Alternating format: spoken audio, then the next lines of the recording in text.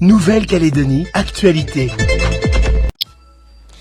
Le masque n'est plus obligatoire en intérieur à partir d'aujourd'hui. Décision prise par le gouvernement vendredi dernier.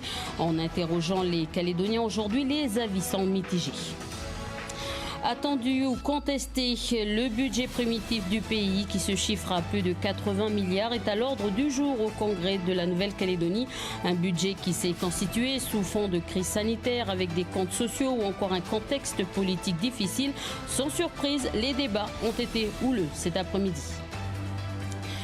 Et enfin, le mélanome est un cancer de la peau. 4 décès avaient été déplorés sur 22 patients atteints de la tumeur au pays selon les chiffres de 2016. Aujourd'hui, c'est la première édition de la semaine de la prévention du mélanome et sensibilisation au dépistage. Pour en parler ce soir, le docteur Éric Lancrenon.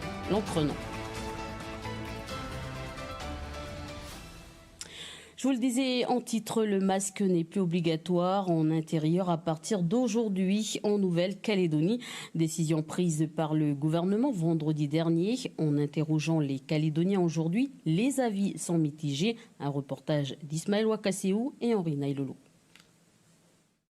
Mais la nouvelle, c'est pour aujourd'hui qu'il faut plus porter les masques. Je sais pas. À chaque fois qu'on sort, il faut qu'on le porte. Je vais l'enlever. Merci. Peur ou habitude, les Calédoniens ne sont pas encore tous prêts à faire tomber le masque. En effet, depuis ce matin, le port du masque n'est plus obligatoire. Un soulagement pour certains, une crainte pour d'autres. Les avis sont partagés. C'est un peu inquiétant encore, d'autant plus qu'on entend encore parler des gens qui sont encore à l'hôpital. C'est un peu hésitant, moi je préfère le garder, puis moi les enfants, c'est pas un souci, mais nous les grandes personnes, je pense qu'on va encore les garder un peu. Peut-être encore, je sais pas, quelques mois encore. Ça va Totine? Ça va. Quand on les revoit, on va les tendre, on va les habituer. Ça aussi. Ça fait plaisir. Voilà. C'est vraiment un soulagement de ne plus porter le masque parce que avec la chaleur, c'est pas évident de respirer dans ce masque. Et puis même physiquement, on a du mal à reconnaître les gens. Au lycée polyvalent des îles Williama Aoudja, les professeurs l'ont annoncé ce matin dans certaines salles de cours. Il reste toutefois obligatoire à l'infirmerie. Une bonne nouvelle accueillie par les jeunes lycéens qui se sentent libérés. C'est bien, on comprend mieux les profs, on peut mieux s'exprimer, on a de la joie. Ça apaise là. Ça permet aussi de bien parler parce que des fois on ne s'entend pas dans la classe. Le port du masque reste obligatoire à partir de 18 ans dans les établissements de santé et vivement recommandé aux personnes vulnérables et aux personnes non vaccinées ou à celles qui ne disposent pas d'un schéma vaccinal complet. D'ailleurs, concernant la situation sanitaire du pays, un décès a été déploré. Il s'agit d'une personne de plus de 70 ans qui souffrait de comorbidité. Elle était vaccinée avec 2 doses. 2 patients sont en réanimation. 14 patients sont hospitalisés en unité Covid. 41 nouveaux cas au cours de ces dernières 72 heures. Le taux d'incidence cumulé sur 7 jours glissant est de 96 cas pour 100 000 habitants. En bref, après 2 ans de fermeture et suite à l'annonce de l'ouverture du pays aux voyageurs ressortissants de l'Union européenne vaccinés sans condition d'isolement, la compagnie Air Calin annonce la reprise des vols vers Auckland. La première rotation est programmée au départ de la Tontouta le 8 mai sur une base d'un vol par semaine tous les dimanches, puis 2 vols par semaine à compter du mois de juin. Le Congrès se penche sur l'adoption du budget primitif de la Nouvelle-Calédonie proposé par le gouvernement cet après-midi et demain. Celui de 2021 avait été arrêté par l'État. L'exercice s'annonce difficile. Le budget est contraint par le manque de recettes et l'explosion de la dette qui grimpe à 222%. C'est donc sans surprise que les débats ont été houleux cet après-midi, autant à propos des ressources allouées aux collectivités en baisse que sur la santé de la collégialité, donc excusez-moi, je vais arriver de ce 17e gouvernement. Le récit d'Océane Dacunia.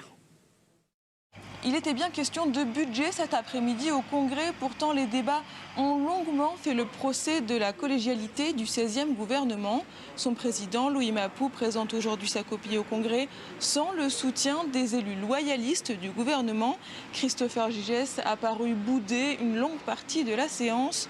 Une situation qui rend ce budget primitif d'autant plus inacceptable pour les loyalistes du Congrès, qualifié par Philippe Blaise de budget militant. Ce qui ne passe pas, c'est la dotation aux provinces et aux mairies qui baisse. Elles vont perdre presque 8 milliards sur leur budget. Louis Mapou a assuré qu'un excédent de budget de 2021 à hauteur de 4 milliards viendrait sûrement limiter la casse. Un argument qui ne convainc pas l'opposition. De nombreux amendements ont été proposés pour modifier ce budget en profondeur. Les débats devraient se poursuivre tard dans la nuit avant de reprendre de plus belle dès demain matin. Voilà, c'était Océane d'Acunha devant le Congrès de la Nouvelle-Calédonie. Exceptionnellement, et pour répondre à l'inquiétude des maires face à ce projet de budget, le Congrès a auditionné le président de l'Association française des maires, Georges Naturel, l'occasion de lui rappeler le rôle essentiel des communes dans le fonctionnement de la société calédonienne. Santé à présent, le mélanome est une tumeur de la peau, un type de cancer de la peau lié aux rayons ultraviolets des rayons du soleil. 4 décès avaient été déplorés sur les 22 patients atteints de cette tumeur en Nouvelle-Calédonie, selon des chiffres de 2016. Aujourd'hui, c'est la première édition de la semaine de la prévention du mélanome et sensibilisation au dépistage. Aujourd'hui, une rencontre avait eu lieu avec le grand public dans le hall du Médipôle. Un reportage de Michel Pimbé. La seule chose qui peut nous faire montrer qu'on a, c'est quand ça grossit. Oui, il y a des tâches qui sont différentes des tâches que vous avez d'habitude, quand ça évolue. Sur tout le corps.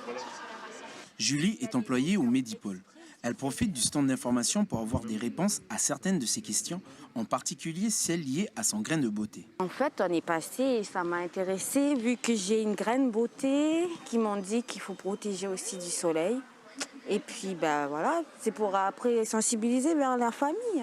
Si tu vois une graine beauté ou une tache grandir, il faut aller voir le médecin. Ça risque d'être cancéreux. Peu de fréquentation ce matin, mais les membres de la Ligue contre le cancer ont accompli leur mission, sensibiliser et prévenir les Calédoniens au risque du mélanome lié à l'exposition prolongée au soleil. C'est important parce que l'indice UV est de plus en plus important en Calédonie comme en Australie. On est dans une partie du monde où voilà. Et du coup, le soleil fait de plus en plus de ravages sur la peau et les gens ne sont pas assez informés, donc ne se protègent pas assez. Et il y a du coup de plus en plus de cancers de peau en Nouvelle-Calédonie. Donc nous, notre but, c'est évidemment de prendre la chose avant le cancer et donc d'apprendre aux gens à se regarder et surtout à se protéger. Dépister plus tôt, le patient affecté par le mélanome a 90% de chances de guérir.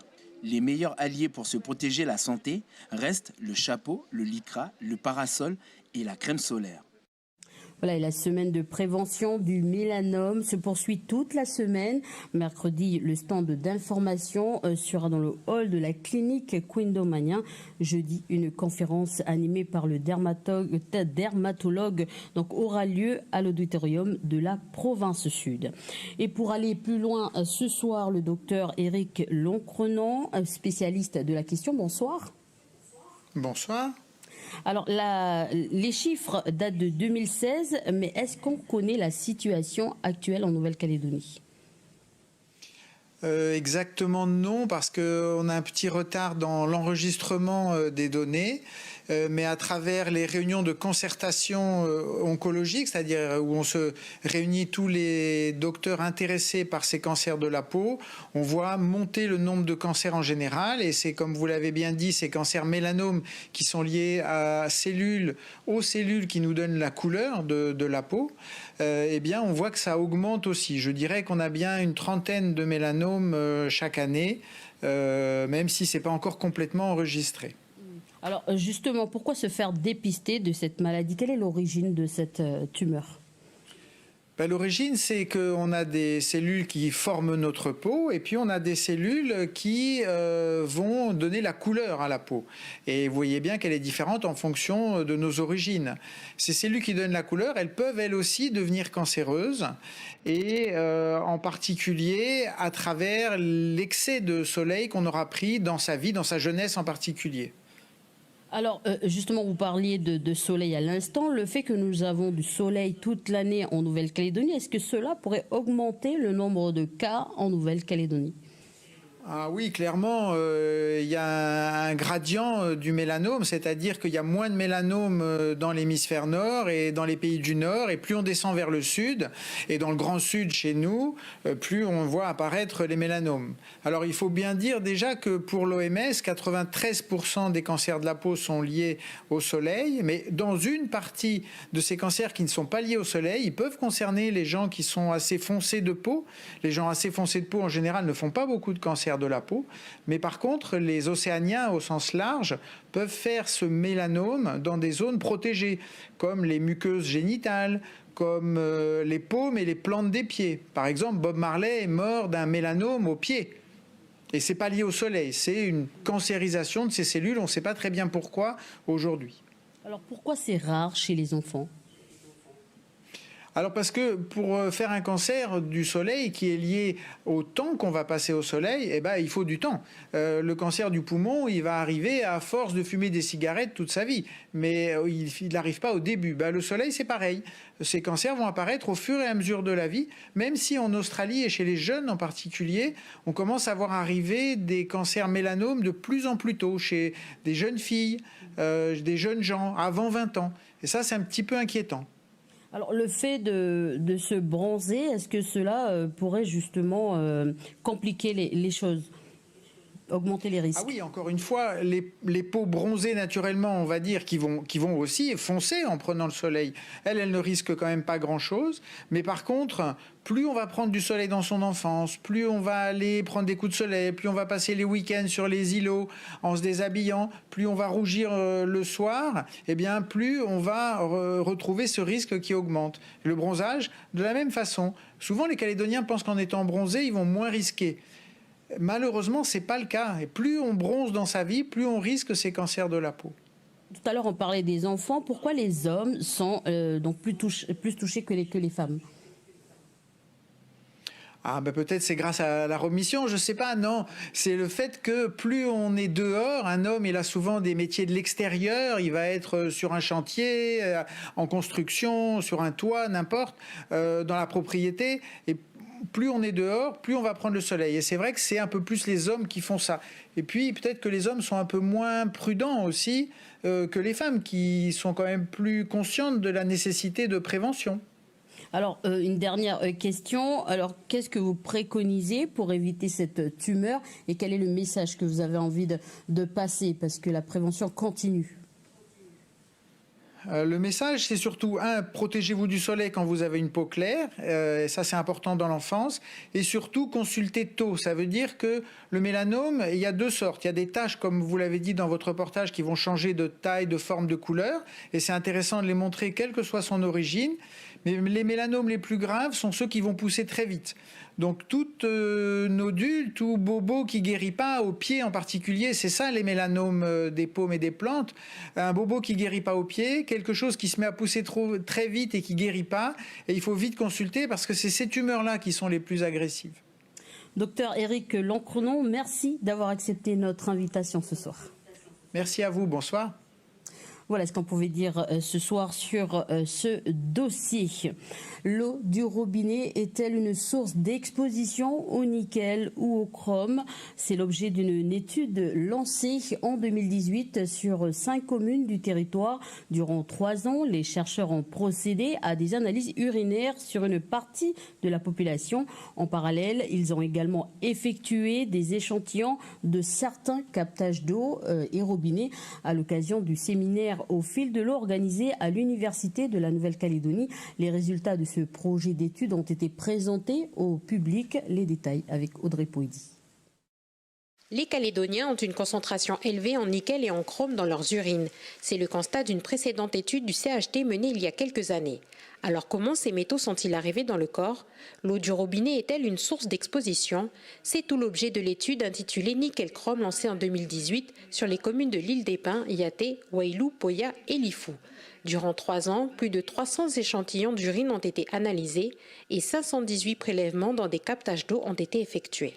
En Calédonie, apparemment, on a quand même des concentrations urinaires en nickel qui sont plus du double de celles qu'on retrouve en métropole. Donc il y a une réelle exposition, c'est certain.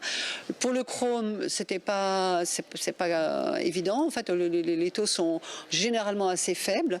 Que ces concentrations ne sont pas directement liées avec ce qu'on retrouve dans l'eau. Ça a été une chose importante. Dans l'eau, il y a une variation selon les communes. Essentiellement, on peut voir qu'en général, l'eau est plus chargée en nickel ou en chrome, effectivement sur des sols de péridotite, des sols où il y a peu d'eau souterraine, donc en général, ce sont des eaux de surface qui sont collectées, et qu'il y a une variation aussi selon les saisons. Certaines communes ont des résultats plus préoccupants que d'autres. C'est le cas de l'île des Pins, par exemple, où le nickel et le chrome sont présents à des concentrations élevées dans la plupart des captages analysés de la région. L'étude a donc émis des recommandations, car en Nouvelle-Calédonie, mis à part une délibération datant de 1968, il n'y a pas de véritable réglementation à l'échelle du pays concernant la distribution de l'eau. Alors les recommandations qui ont été faites, c'est surtout concernant la collecte d'eau pour les communes. Donc on recommande de collecter au maximum de l'eau souterraine plutôt que de l'eau de surface et d'essayer de privilégier les captages qui se trouvent sur des bassins versants bien végétalisés ou non miniers.